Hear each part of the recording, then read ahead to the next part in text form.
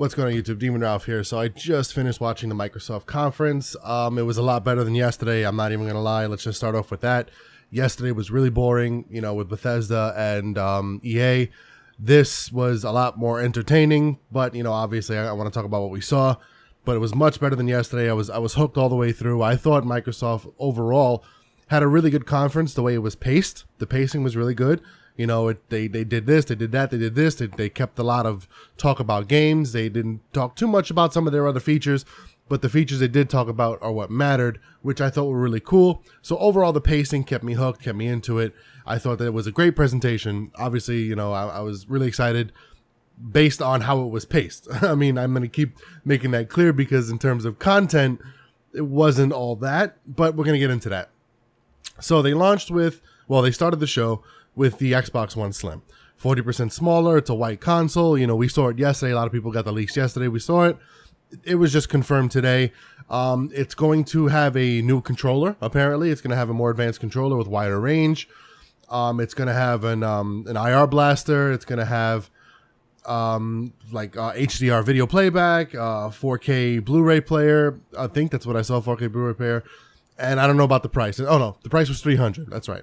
So it was $300. It's going to have all that new, cool, advanced shit. It's going to be a smaller system, more compact. Definitely a buy for those who want, an Xbox One. I would obviously wait for this. This is probably a better bet. It's got more advanced stuff. It's around the same price. Go wait for it. Trust me, it's a better bet. Some other hardware we saw was they now have a website where you can design your own controller, which is pretty cool. A lot of companies have been doing that forever. I honestly never understood why Microsoft and Sony would not have something like this on their website. So you can now pick the colors of your buttons. You could pretty much just customize the entire controller any way you want. Over 8 million combinations. Really cool stuff if you're into stuff like that. I think it's cool if you have a little extra money and need a new controller. Go ahead and fucking customize your own. There is another Elite controller on the market now. The Xbox One Elite controller Gears of War theme, which looks really fucking badass. That looked fucking awesome, honestly. That looked really, really cool. I still haven't got myself an Elite controller. I don't want to give up my 360 controller. I really don't. So if I do, it's going to be for an Elite, but the Gears of War one looks really cool. So if you haven't gotten one yet, I would definitely wait for that. You can pre-order it now. According to the press conference, you can actually pre-order that. And there's other hardware stuff, but I want to talk about that a little bit later. So let's go into the games. So they showed pretty much everything we knew about, everything we already seen last year. And honestly, I think it was a little underwhelming. We saw all the games. Like I said, we already knew about these games. We saw them last year. There was nothing new. There was no brand new IPs that dropped at all. I mean, we didn't know about State of Decay 2. So, okay. And we didn't know about Halo Wars 2. Those weren't new IPs, but those were definitely two games I think we didn't really know about. We weren't expecting, or I guess they were the most surprising. The rest of the games we knew about. We knew about Gears of War 4. We had a little bit more of a single player campaign, showing, which was good. It looks really good. I'm very excited for Gears of War 4.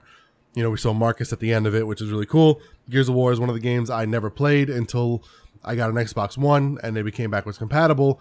And I played all three and they were great. We saw Recore, which we finally seen some gameplay for. Recore looks like a game I would like. Definitely something I'd be into. I love platformers. I love shit like that. Recore definitely looks like interesting to me. It's definitely something I could see myself playing and enjoying. We got some more gameplay of Sea of Thieves, which is going to be the next big YouTuber game, I'm assuming. It's definitely what they fucking marketed it as. They had all the people, two different teams fighting, and they were, showing their faces like YouTube fucking gameplay. It's one of those games. I kind of have a feeling a lot of games are going that route to either be esports ready or, YouTuber friendly or whatever it is. Whatever. Game looks okay. Doesn't look like something I'm going to like. I know a lot of people are waiting for it. So we finally seen some actual gameplay, so that's good. Seen a lot of gameplay this show. Really happy about that. I really think that's what we need. We don't need all this extra bullshit. We need fucking gameplay.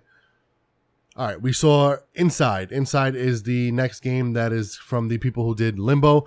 Inside was something I was looking at last year. They actually showed more of it last year. I was very excited for that. I really wanted to play it, and it just never came out. It fucking never came out. I think it was delayed once. And now here it is at E3. Again, they showed no gameplay this time. They just showed a little bit of atmospheric scenery. And apparently it's coming out the end of this month. I think June 26th or something like that. It's definitely the end of this month. I'm really excited for that. In Limbo is probably my favorite indie game because I played it the most maybe. But definitely like the studio, definitely like what they do. So I'm really looking forward to Inside, which is honestly to me, I mean, it's honestly one of the best games I've seen at this conference. Honestly, I'm not really excited for anything at the Xbox conference aside from Gears and Inside. And Inside's only really a timed exclusive. So, those are the only two games I'm really super looking forward to, like that I can't wait to get day one. Other stuff looks exciting, yes, but these are my day one. Xbox launched some new, features on their Xbox One. They launched, find a group where you can find a group of gamers looking to do whatever missions you got to do. They have a couple of other social features that they've added. Kind of slips the mind at the moment, but it's definitely stuff they said people were asking for, but I don't see why. Like, they have clubs now, like where you can start a club and you could all hang out, kind of like the way Sony has their thing. So yeah, it's just pretty much features that Sony has that they're getting now, which is cool. I think they need to hurry up and catch up. Everybody needs to have the same shit and more to, obviously, competition breeds better markets, I guess, So I think they definitely needed something like that, even though I don't see myself using it. That's just me. I know a lot of people who don't have jobs like to do stuff like that, but I do, so I can't afford to be in a fucking Xbox club all fucking day. Another big thing I noticed was every single Xbox One game is coming to Windows 10, aka PC.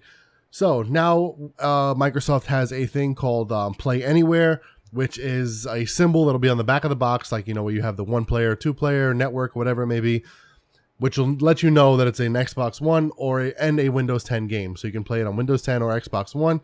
So pretty much the exclusive to the Microsoft platform is the new thing. It's not exclusive to Xbox anymore. Now it's exclusive to Microsoft. So now pretty much every single game we saw is coming to Windows 10, including Gears of War 4, including Forza Horizon 3, including the new Dead Rising 4 that we saw. Everything will be at E3. On PC. So it seems like that's the direction Microsoft is going to be going. You can forget about shit just coming to fucking Xbox. Everything's going to be on PC as well. So that's good for PC gamers. Come on, nigga, you fucking me up. And the last big bombshell I wanted to talk about at the Xbox conference, Microsoft conference, was the Project Scorpio, which has been rumored for a couple of weeks now, something we all kind of expected. I'm just surprised that that's what they're calling it, the Scorpio. I didn't think that the leaks were that accurate. I knew, that the leaks were accurate in terms of a new box coming, but in terms that they got the name right, I'm actually very surprised.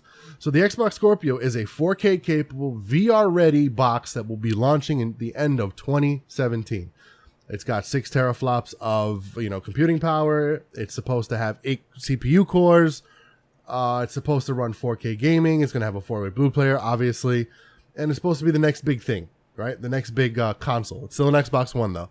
So Phil Spencer dropped the mic at the end of the show with this, and he also said, we're also going to have the Xbox One for everybody, the Xbox Slim for everybody, and the Xbox Scorpio. No one gets left behind. That was a big thing he said. A lot of people were happy about that, which I think is the right thing to say and do. No one gets left behind. If you don't want to buy a new console, you'll still get the games.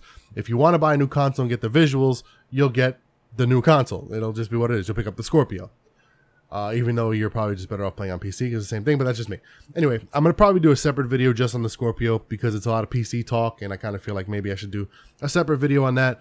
A lot of people just know these hot keywords, teraflops and frames and, pixels and all this shit. Nobody really knows the in-depth stuff about it. Well, people know, but not many people do. So I'm probably going to do a separate video on that just to kind of break it down a little bit more. But we're expecting to get 4K native games, which I don't think is possible. I don't think they're going to be able to get 4K native by the end of next year. I mean, who knows? Maybe, but it just doesn't seem practical. It doesn't seem logical, and it doesn't seem cheap either. 4K gaming now is still hard to get with 1080s, and those are brand new graphics cards. So I mean, it is what it is. We'll see what happens next year. Who knows? But that was the conference. Overall good show. It was paced very well. I didn't fall asleep. Not underwhelming in terms of content, but an entertaining show nonetheless. Very, very unhappy that we didn't see any new IPs. I'm very, very bothered by that. It's kind of scary. It's kind of scary not seeing new IPs at E3. Not even one new IP. It was just gameplay of the shit we saw last year. So that I think has more meaning than we're thinking on the surface. Not seeing any new IPs kind of bothers me. So Sony says this in a couple hours. I'll probably have a video about that too. Thank you for taking the time to listen, guys. Leave your thoughts and shit down below. This is Demon Ralph signing out.